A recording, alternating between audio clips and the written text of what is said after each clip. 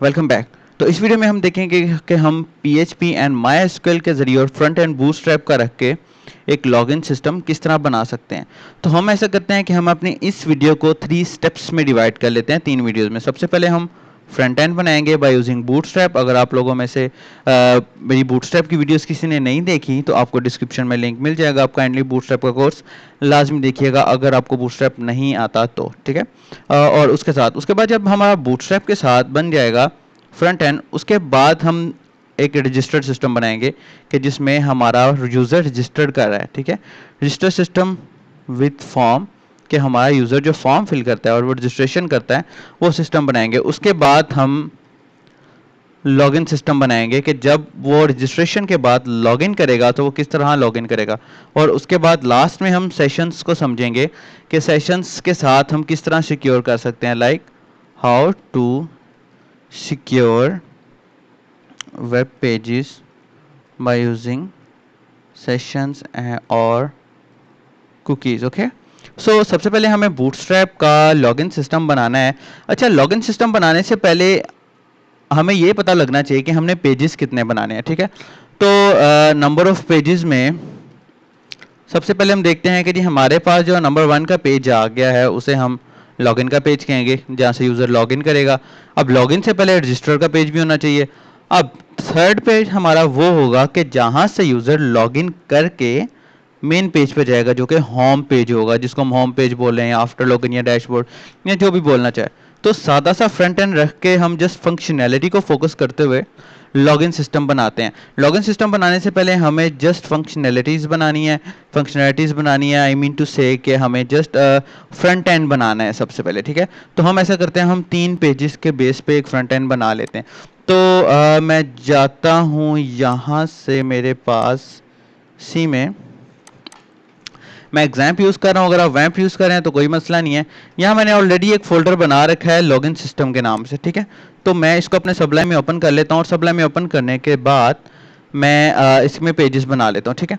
तो जो हमारा मेन पेज होगा, यानी कि जो हमारा इंडेक्स पेज होगा, उसको हम डायरेक्टली index.php बोल सकते हैं, ठीक है, जिसमें हम अपना लॉगिन सिस्टम जो है ना खाली लॉगिन का फॉर्म शो करवा सकें।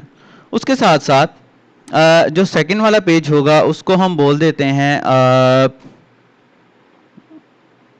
register.php। ओके, उसके बाद जो थर्ड पेज होगा उसको बोल देते हैं हम home.php। ओके, तो सबसे पहले क्या होगा, डायरेक्टली यूज़र आएगा मेन पेज पे जहाँ पे लॉगिन का फॉर्म है। तो मैं ऐसा करता हूँ कि मैं जस्ट लॉगिन सिस्टम का एक टाइटल दे के देखता हूँ कि क्या ये मेरा चल रहा है। एग्जाम मेरा ऑलरेडी ऑन है, तो आपको पता होगा इस चीज़ के बारे में। तो हम बिल्कुल बेसिक्स से नहीं जा रहे। अगर आपको बेसिक्स देखनी है तो मेरी PHP बेस्ड दूसरी सीरीज़ मौजूद है। अच्छा, यहाँ पर हम इस वक्त लिखेंगे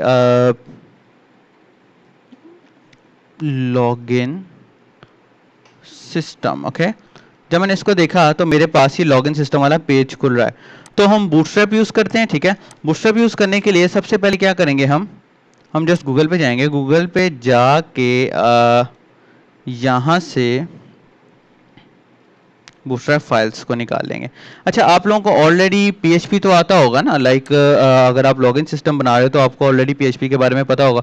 तो हम थोड़ी सी PHP की टेक्निक्स भी इसमें यूज़ करेंगे साथ साथ, ताकि हमारी वर्किंग में थोड़ी आसानी पैदा हो। तो खैर, बूटस्ट्रैप फाइल्स देखने से पहले ऐसा करते हैं, हम W3 स्कूल से डायरेक्टली बूटस्ट्रैप की फाइल्स ऑनलाइन उठा लेते हैं, ठीक है। तो मैं यहाँ जा रहा हूँ, बूटस्ट्रैप 3 नहीं बूटस्ट्रैप 4 यूज़ करते हैं ताकि जो लेटेस्ट है हम वो यूज़ करें। तो यहाँ से मैं बूटस्ट्रैप 4 पे जाता हूँ और जाकर यहाँ से फॉर एग्जांपल अगर मैं किसी भी फॉर्म में जाके किसी भी जो है ना टेस्ट में जाके यहाँ से मैं ये वाली फाइल्स उठा लेता हूँ, ठीक है। ये वाली फाइल्स उठा के मैं इनको यहाँ रख रहा हूँ, ठीक है।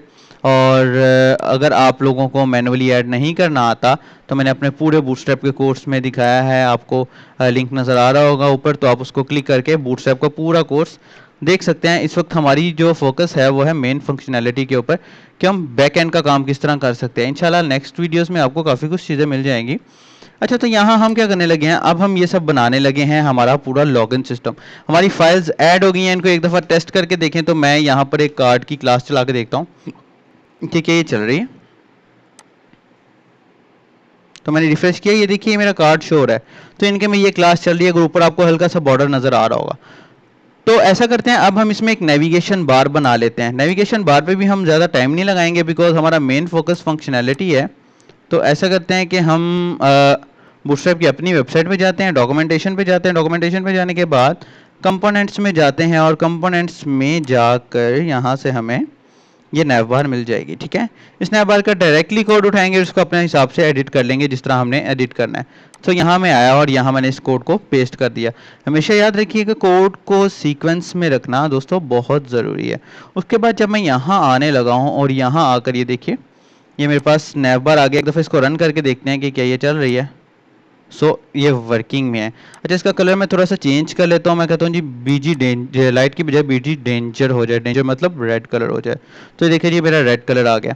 अच्छा जी, नेविगेशन बार के ब्रांड को हम लॉगिन सिस्टम का नाम दे देते हैं। ठीक है, हमारी अपनी मर्जी है, जो मर्जी रख लें। मैं ये चाहता हूँ कि जी मेरा फॉर्म ख़त्म हो जाए, तो फॉर द टाइम मैं ये वाले फॉर्म के कोड को रिमूव कर देता हूँ। ठीक है, उसके साथ साथ देखिए ये मेरा फॉर्म ख़त्म हो गया। मैं चाहता हूँ कि ये मेरा सब इधर आ जाए, तो मैं यहाँ आकर ये MR ऑटो लगा हुआ है, मैं इसको ML ऑटो कर देता हूँ। ठीक है, तो ये मेरा सब कुछ राइट साइड पे चला जाएगा।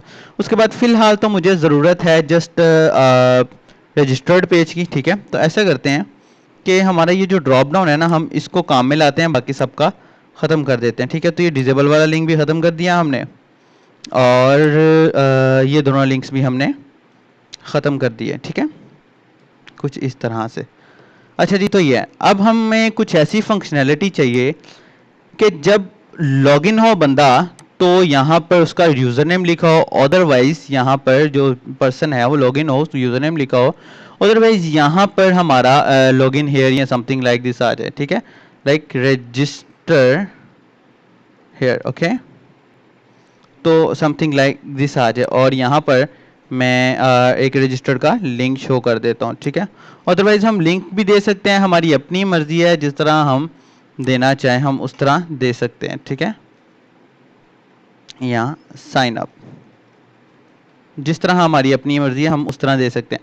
हम लिंक यहाँ भी दे सकते हैं। बात करने का मकसद ये है हमें सेशंस के साथ थोड़ा खेलना है। ओके, सो अगर यहाँ पर होगा तो साइन अप हेयर, या फॉर एग्जांपल अगर हम यहाँ लिंक भी शो करना चाहें तो हम लिंक भी शो कर सकते हैं। लाइक अगर ये इस तरह हम छोड़ देते हैं सब कुछ, तो हम चाहते हैं कि अगर तो यूज़र लॉगिन है तब तो यहाँ यूज़र का name show, otherwise sign up का एक लिंक शो हो जाए। ठीक है, तो फिलहाल हमारे पास कुछ नहीं है तो हम साइन अप का एक लिंक शो करवा सकते हैं, जो कि ये है। अगर आप यहाँ बटन लगाना चाहो तो इसकी बजाय यहाँ बटन भी लगा सकते हो। बटन में क्या आएगा, साइन अप।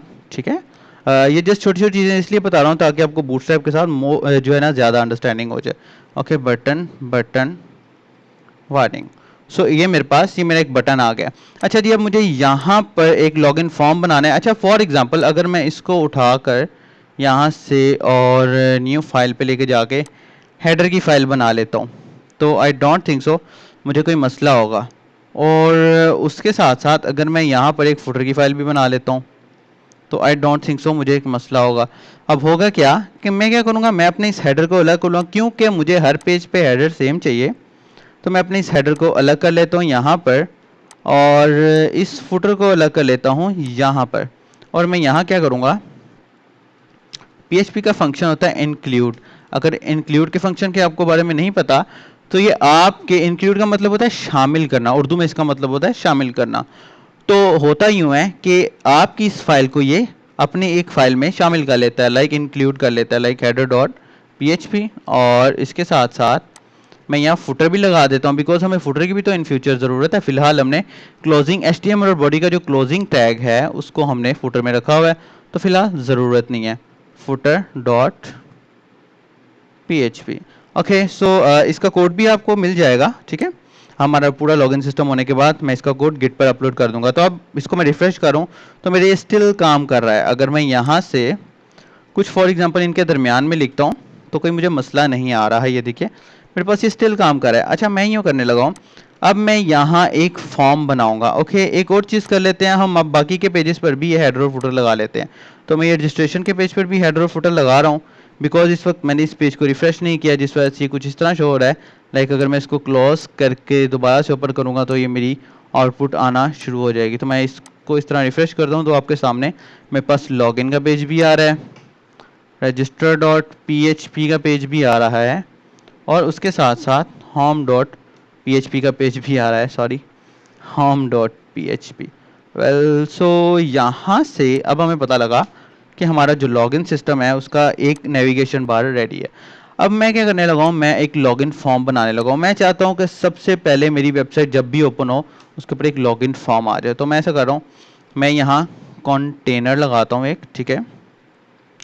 कंटेनर लगाने के साथ साथ हम एक डिव लगाते हैं, डिव के अंदर रो लगा लेते हैं, और रो लगाकर यहाँ एक और डिव लगाते हैं, एक और डिव लगाकर यहाँ हम कॉलम लगा लेते हैं, कॉल LG3 और 4, चलो हम 4 लगा लेते हैं, ओके। ये लगाने के बाद मैं यहाँ पर देखता हूँ, रिफ्रेश करता हूँ तो इस फिलहाल कुछ भी नहीं हुआ, बिकॉज हमने इसके अंदर कोई कंटेंट नहीं लिखा। तो मैं यहाँ पर एक और चीज़ लगाने लगा हूँ, कार्ड। कार्ड के बाद मैं यहाँ पर एक और डिव लगाऊंगा, और डिव लगा कर मैं यहाँ लिख दूंगा हेडर, कार्ड का हेडर। अगर आपने ये नहीं देखा तो बूटस्ट्रैप की वीडियोस में लाजमी जाके देखिएगा। हम लिख देते हैं यहाँ जी लॉगिन हेयर, ओके। सो ये मेरे पास ये लॉगिन हेयर है। अच्छा, यहाँ मैं सोच रहा हूँ कि मैं फॉन्ट ऑसम के आइकन भी यूज़ कर लूँ। तो मैं इसको फॉन्ट ऑसम पे पे W3 स्कूल्स पे जाता हूँ, और मैं यहाँ पर जाके इसके आइकन जो है वो निकाल लेता हूँ। तो हमारी ये हेडर फाइल हमें मिल गई है फॉन्ट ऑसम की। इसको हमने यहाँ लगा लिया अपने हेडर में, और इसको मैं यहाँ कुछ इस तरह कर लेंगे। तो अगर मैं यहाँ पर अब एक आइकन लगाता हूँ, मैंने आपको बार बार बता रहा हूँ कि हमारा मेन फोकस फंक्शनैलिटी पे है, okay. So keep in mind FA user. So अगर हम देखेंगे तो हमारे पास यहाँ यूज़र का आइकन शो हो जाएगा। अगर हम एस लगा देंगे तो ये यूज़र्स बन जाएगा, ओके। सो लॉगिन के अंदर अभी हमें और क्या चाहिए, मैं यहाँ क्लास कार्ड बॉडी लगा देता हूँ। बॉडी लगाने के बाद मैं यहाँ कर देता हूँ जी एक फॉर्म बना लेते हैं हम यहाँ, ठीक है।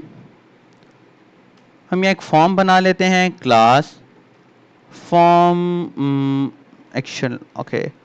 सो यहाँ हम एक एक्शन लगा लेंगे। एक्शन को फिलहाल हम हैश में रखेंगे, और मेथड को हम गेट में रखेंगे। 3 टाइप के मेथड होते हैं, गेट, पोस्ट, डिलीट, ओके। यहाँ मैंने डिव लगाया, या मैंने फॉर्म ग्रुप लगा लिया, और इसके अंदर मैं अपना इनपुट लगाऊंगा, और इनपुट में टाइप टेक्स्ट रखूँगा, या मैं ईमेल रख लेता हूँ, ओके। और ईमेल रखने के बाद इसको मैं रिक्वायर्ड कर लेता हूँ। रिक्वायर्ड करने के बाद इसका मैं नाम रख देता हूँ जी ईमेल। याद रखिएगा, नेम रिजर्व वर्ड नहीं होना चाहिए। यहाँ मैं बूटस्ट्रैप की क्लास लगाऊंगा, फॉर्म कंट्रोल, ओके। यहाँ मुझे एक लेबल भी लगाना है, तो मैं यहाँ पर एक लेबल भी लगाने वाला हूँ, और इसका नाम हम रख देते हैं जी ईमेल। और प्लेस होल्डर फिलहाल लगाने की ज़रूरत नहीं है। सो आगे चलते हैं इसको लेकर, और यहाँ मैं FA इनवेलॉप, ओके।